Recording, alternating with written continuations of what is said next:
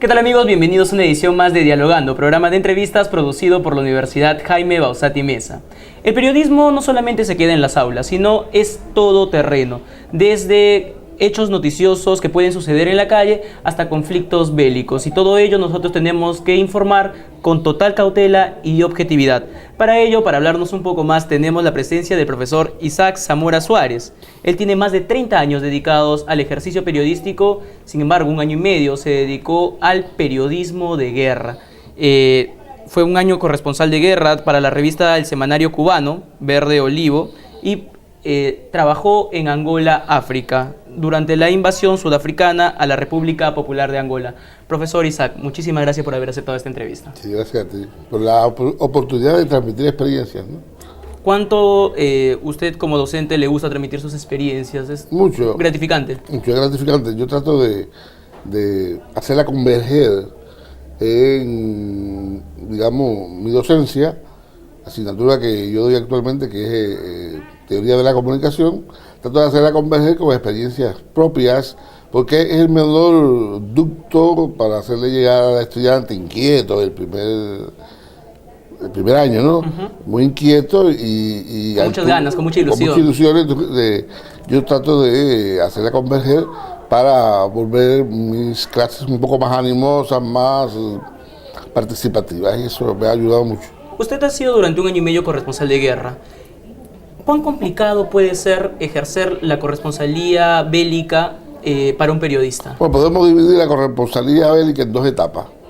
La primera etapa de las guerras calientes, llamadas guerras calientes, que es aquellas guerras que 2 ejércitos chocaban en el terreno, ¿no?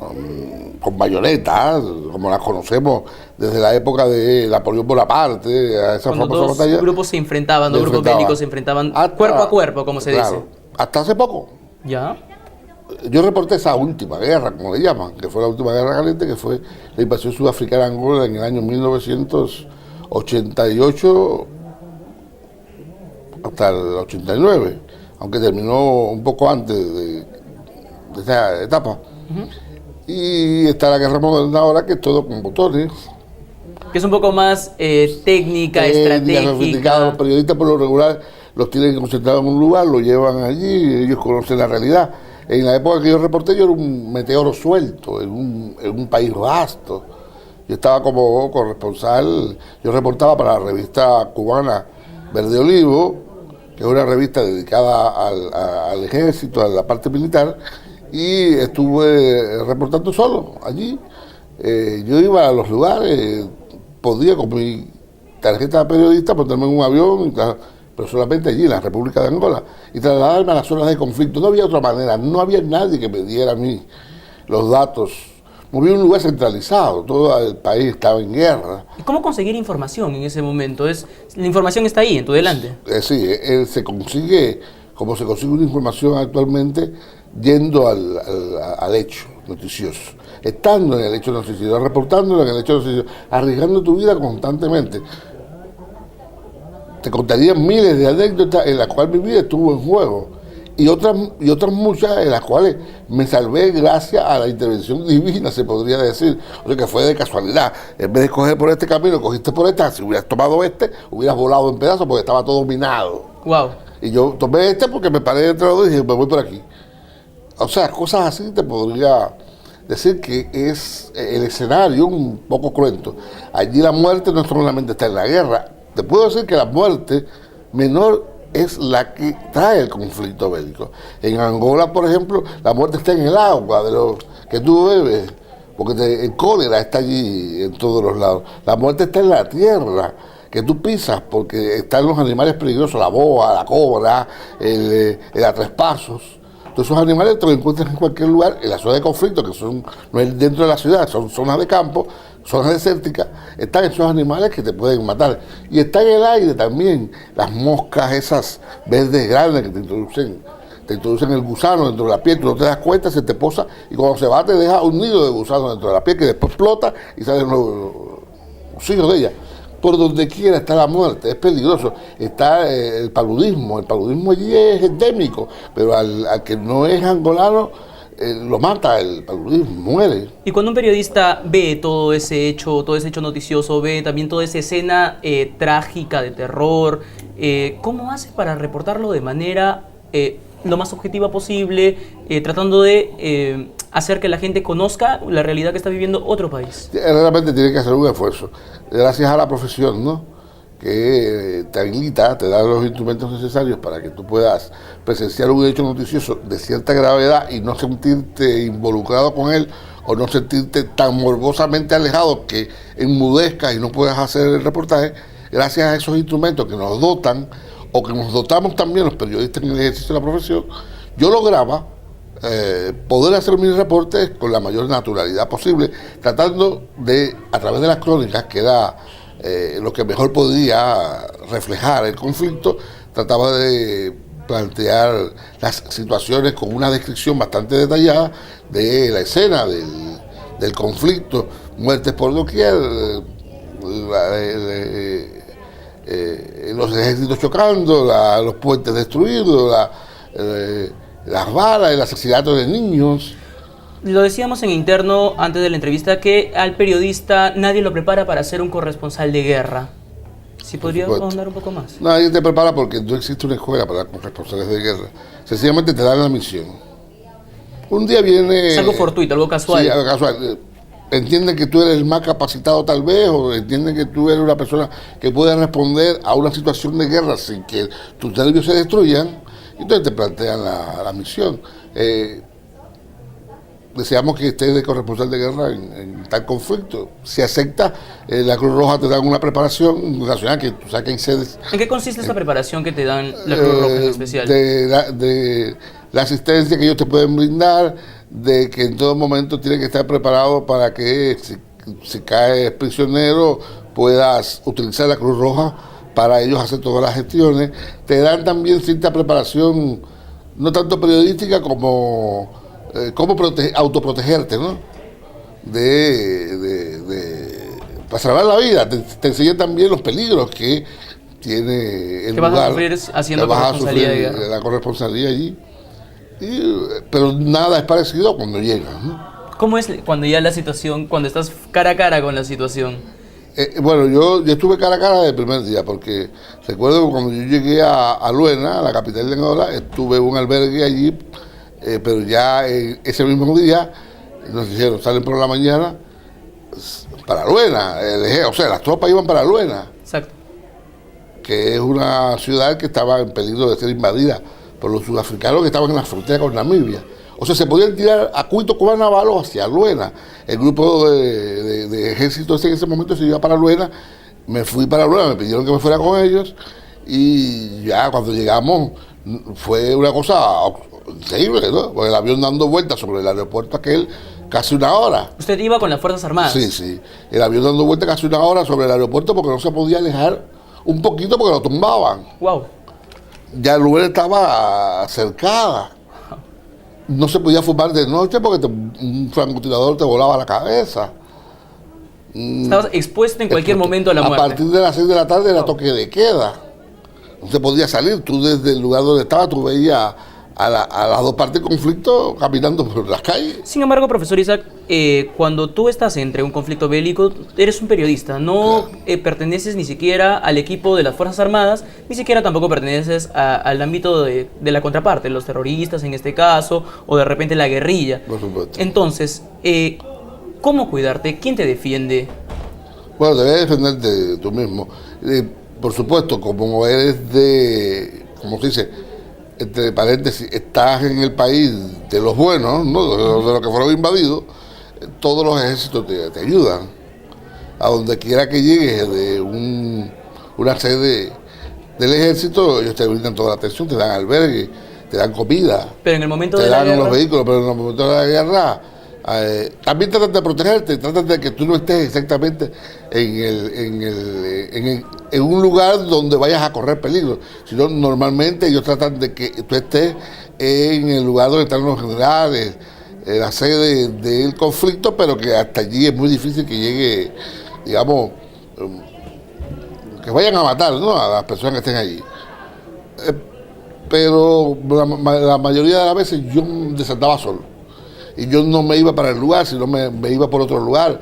Estuve en algunos lugares donde realmente ¿Y ese no había protección, no había protección. Y ese principio de acuciosidad que usted tenía para informar, para buscar un poco más de lo que no se podía ver dentro del cuartel general. Te pongo un ejemplo. 1 de junio de 1988, Día Internacional de la Infancia. Estoy yo durmiendo en Luena y me despierta un estruendo. Los cristales de mi ventana volaron en pedazos y me cayeron encima.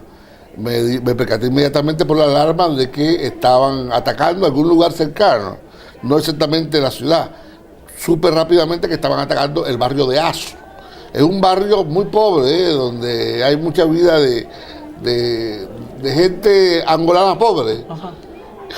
Sobre todo en un barrio que tenía muchos niños. Y yo inmediatamente me vestí, salí, tomé mi cámara y salí hacia Azo. Había una orden de que no se podía salir hasta que la exploración no pasara por los lugares. La exploración son los que determinan si el lugar por donde tú vas a pasar está fuera de peligro, ¿no? No hay minas, etc. Porque la guerra de Angola también fue llamada la guerra de las minas, por donde queda ponían minas. Y yo no tuve en cuenta eso y salí. Estaba amaneciendo, todavía estaba medio oscuro. Y salí, y como Azo quedaba a algunos pocos kilómetros de allí, no sé, 3 o 4 kilómetros, me fui a pie. A esa hora no hay buses, no hay carros, allí no existía nada. A no ser que yo tomara un vehículo militar. Y a esa hora ni siquiera los vehículos militares estaban en acción. Y ni siquiera la exploración. Todo dependía de usted y solo de usted. Salí para tomar las primeras fotos. Y efectivamente llegué me vi en un camino donde se bifurcaba y se volvía a unir. Vine a ambos lados y me fui por el de la derecha, que me pareció el más cómodo.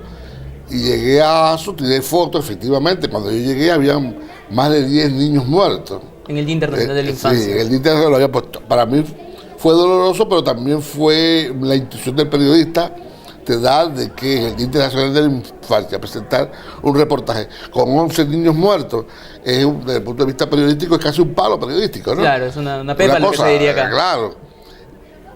Tiré la foto, estaban allí carbonizados, porque fueron con cohetes reactivos. Wow. Atacaron con cohetes reactivos, que son unos cohetes del tamaño del camarógrafo. Ajá. Y acabaron con aquellas mujeres llorando. No había hombres allí porque los hombres estaban en la guerra. Y es imposible para el periodista no sentir algo en ese momento. O sea, si te salen las lágrimas... Claro. No, porque ya también a la mesa ya yo tenía cierta protección desde el punto de vista espiritual, sentimental, y ya no me conmovía tanto, porque parece mentira, pero es así. Es necesario también. Es necesario también para tú poder sobrevivir. Y al poco rato llegó la exploración. Y cuando me ven me preguntan, ¿y qué tú haces aquí? No, le expliqué que no podía esperar. Y me dijo, bueno, ¿qué camino tomaste? ¿El de la derecha? Si tomas el de la izquierda, todavía estuviéramos recogiéndote en pedacitos, porque estaba totalmente con minas antitanque. O sea, que pisar uno de esos era volar en pedazos. O sea, te cuento porque fue un hecho fortuito de la cual salvé la vida. Exacto. Yo le quería preguntar... O sea, que no es estrictamente lo que te quería decir, no es estrictamente que está supeditado un mando y que te llevan para aquí y te llevan para allá. Porque también te subordinas mucho como periodista. Y no es recomendable subordinarse a ninguno. Yo recomiendo que hay una cuota de riesgo que tú tienes que correr si quieres ser un periodista que logres reportar los hechos de manera mucho más objetiva, porque también supeditado al ejército, al mando del ejército, siempre vas a tener un rango de subjetividad muy grande por parte de la manipulación que ellos pueden hacer del periodista. Hay que un poco que separarse, pero eso también tiene su riesgo, porque te estás exponiendo a que puedas morir. O informar de una manera que no es correctamente la objetiva. O ser herido, sabe Dios cuántas cosas. No, o enfermarte porque caigas en un lugar donde está lleno de enfermedades. En un capítulo anterior conversábamos con el profesor Rómulo Luján y tocábamos este tema de los periodistas internacionales, también corresponsales. Un caso, la niña también de Tokio, la niña que sale desnuda y el periodista le toma una foto. La famosa foto que dio la vuelta al mundo. A la vuelta al mundo y revirtió la guerra también. Entonces, cuando un periodista ve un hecho como eso, es necesario acudir, tomar la foto, apelar al sentido humanitario también del periodista. ¿Es necesario o es simplemente mi misión acá es informar? Claro. Eso sale de casualidad también. Ese periodista venía por el camino, eso fue en Saigón, y venían, y vio a la niña y se dio cuenta inmediatamente que era algo que había que tomarlo. Es que si eres periodista, tú vas a ver la noticia.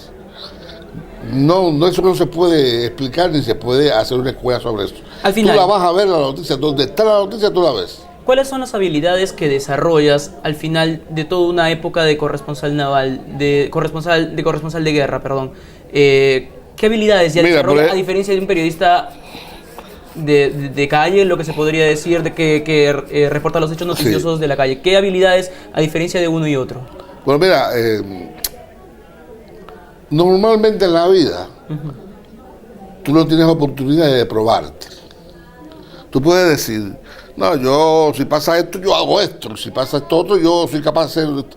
Pero hasta que no te pruebas, no, hasta que no te ves en el hecho, como tal, no puedes saber tus potencialidades. Y ser corresponsal de guerra te da la oportunidad de probarte al máximo. Hay personas que recuerdo que en ese conflicto no aguantaron y se fueron, se iban. Otros se traumatizaban, otros se enfermaban de los nervios, ¿no? No es que uno sea un superhéroe, uno lo que tiene es que acostumbrarse y tener técnicas para tú no sucumbir a un conflicto de ver tanta miseria y tanta barbarie y tanta muerte como uno tiene la oportunidad de ver en esos conflictos, ¿no? No hay una regla, es cada cual. Puede ser buen corresponsal o puede ser un corresponsal mediocre, puede ser un mal corresponsal. Igual que en el periodismo normal, eres un buen periodista o un mal entrevistador o un buen entrevistador, todo depende de la persona. Gabriel García Márquez decía, aunque se sufra como un perro, no hay nada mejor que ser un periodista. Profesor Isaac, muchísimas gracias por haber aceptado esta entrevista, fue una bonita tertulia. Gracias a ti. Muchísimas gracias. Esto fue todo en Dialogando, nos reencontramos en la próxima edición. Permiso.